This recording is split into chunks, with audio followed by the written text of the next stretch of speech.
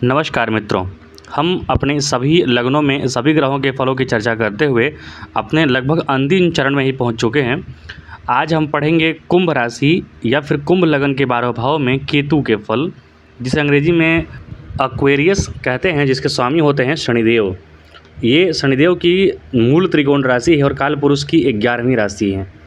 मतलब कि ये आपके लाभ की राशि है, आपके धन की राशि है कालपुरुष में, जो आपका लगन बन गया है। अर्थात एक बड़ा मीटिंग कह सकते हैं आप, एक बड़ा संबंध कह सकते हैं, उसकी राशि भी होता है।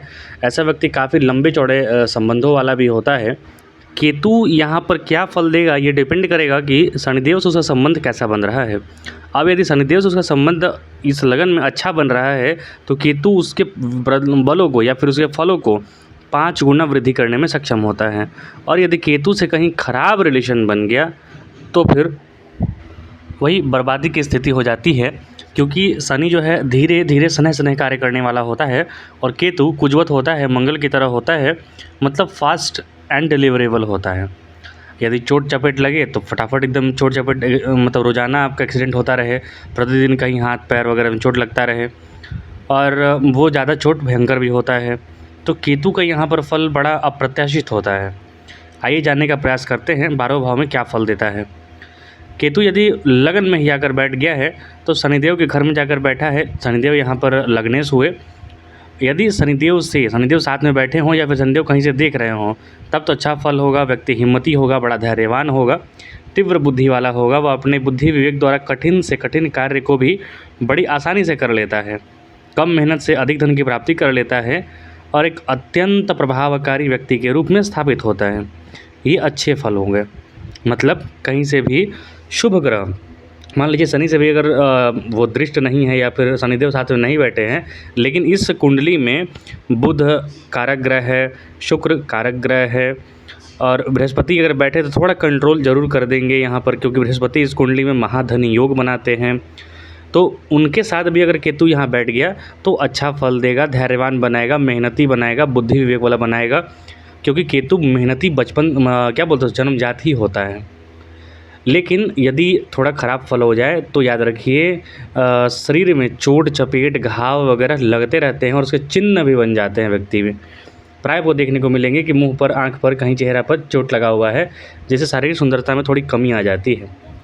अब यदि केतु आपके दूसरे भाव में जाकर बैठ गया है तो अगेन यहाँ पर देखिए वो बृहस्पति की राशि में जाकर बैठा है। और पहले बात तो ये कि दूसरे भाव में गया है तो बुद्धि वाला कार्य कम और मेहनत वाला कार्य इसको ज़्यादा करना पड़ेगा।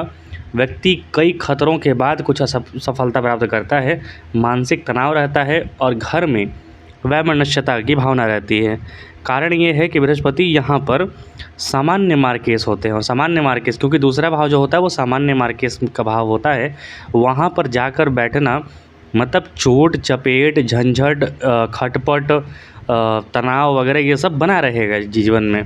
किसी न किसी से हमेशा खटपट होते रहता है। व्यक्ति कठिन मेहनती और नैतिक कार्यों द्वारा धन प्राप्ति के लिए प्रयत्न करता है। यहाँ पर यदि बृहस्पति साथ में बैठे हैं या फिर बृहस्पति कहीं से देख रहे हो तो फिर अच्छे तरीके से व्यक्ति मेहनत करता है और नैतिक कार्यों द्वारा धन प्राप्ति की प्रयत्न भी करता है। वह साहसी, मेहनती और धैर्यवान होता है।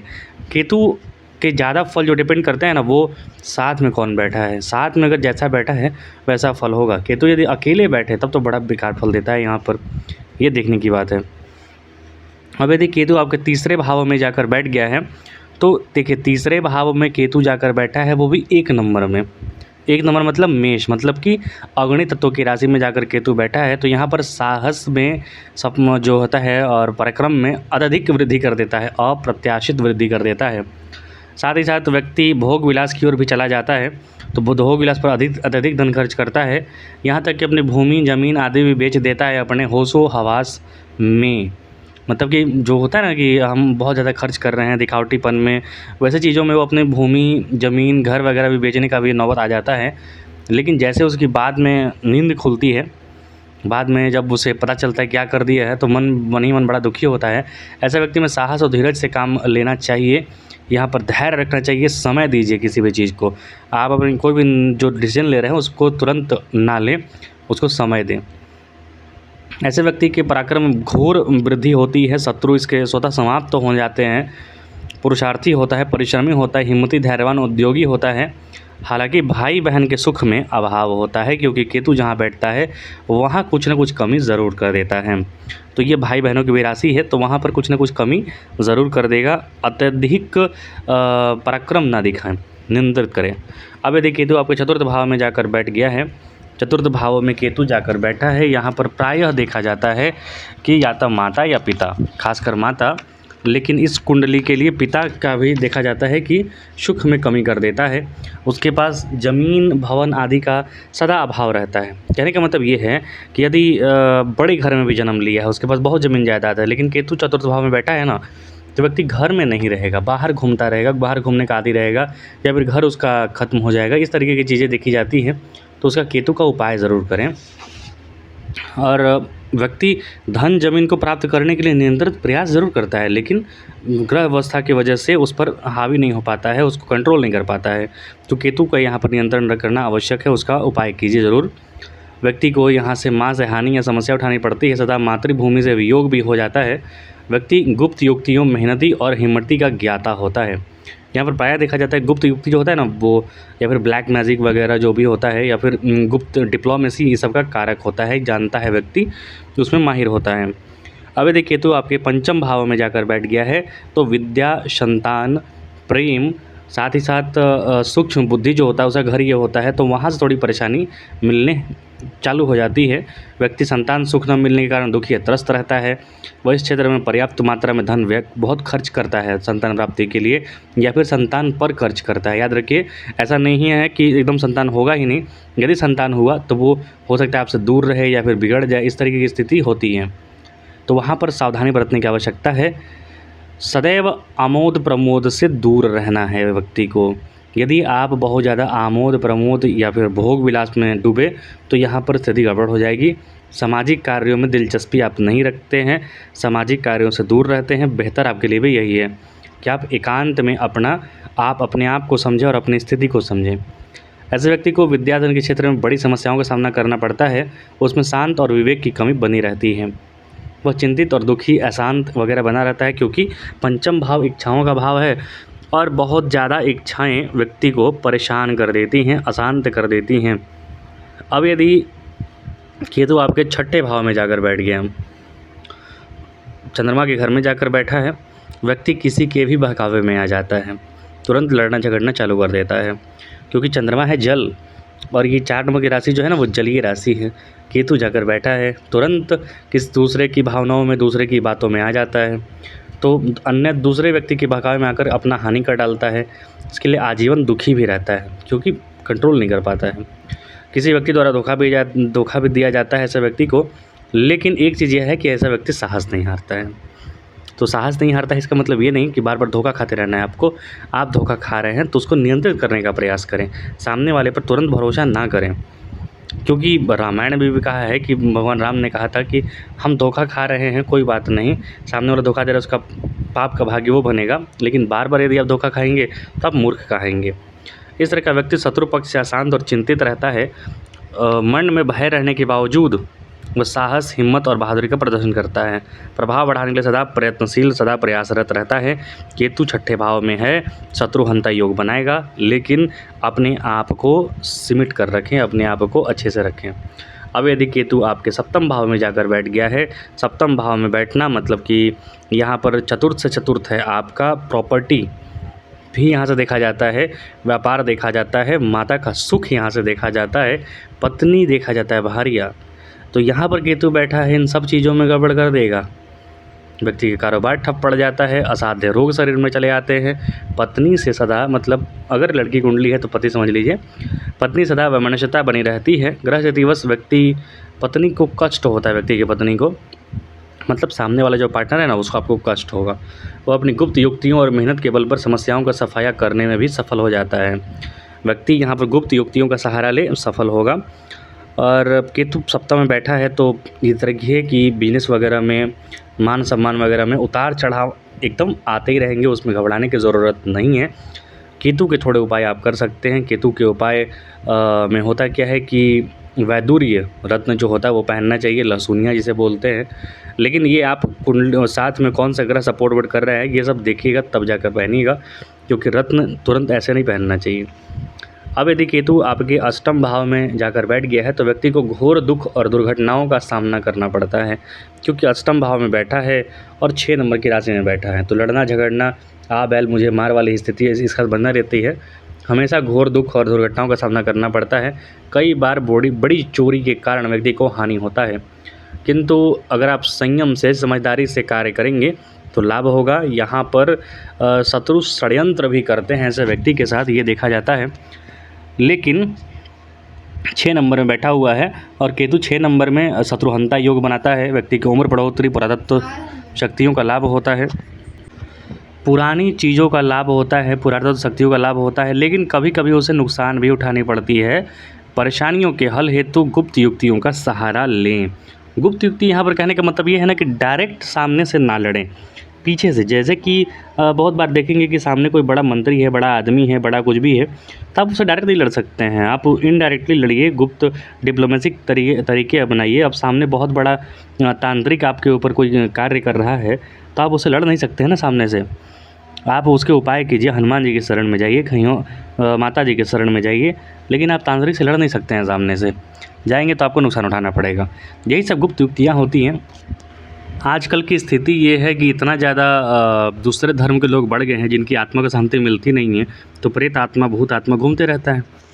अब यदि आपके नवम भाव में केतु जाकर बैठ गया है तो शुक्र के घर में जाकर बैठा है, व्यक्ति का जीवन उतार चढ़ाव लिए रहेगा, क्योंकि ये धर्म त्रिकोण की राशि में बैठा है। और 7 नंबर जो होता है वो दुनिया को दिखाने की राशि होता है। तो ऐसा व्यक्ति धार्मिक चीज़ों को करके दुनिया को दिखाने का हमेशा प्रयत्न करते रहता है।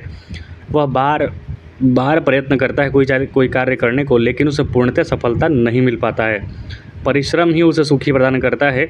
परिश्रम करते रहिए, आपको स्वयं आंतरिक सुख मिलता रहेगा। इस तरह का व्यक्ति चालाक होता है, धीरजवान होता है और हिम्मती भी होता है। इसी केवल पर अपना भाग्योन्नति भी करता है। अगेन यहाँ पर यही है, गुप्त युक्तियों द्वारा कई कठिनाइयाँ हल कर लेता है। यहाँ पर आपको पता है केतु के जो इष्ट देवता है वो गणेश जी माने जाते हैं। तो आप गणेश जी की भी पूजा कर सकते हैं। गणेश जी की पूजा से आपको बहुत लाभ, बहुत शांति मिलेगी और भगवान का आशीर्वाद भी मिलेगा।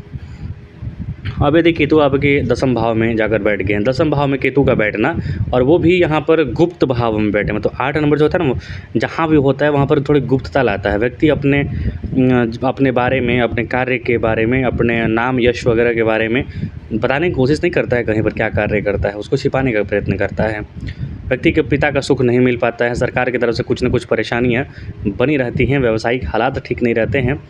अगेन केतु जो है काफ़ी धीरजवान पराक्रमी होता है, पराक्रमी राक्षस था वो, तो यहाँ पर व्यक्ति को हारने नहीं देता है, उसको धीरजवान बनाता है, हिम्मती बनाता है, मेहनती बनाता है।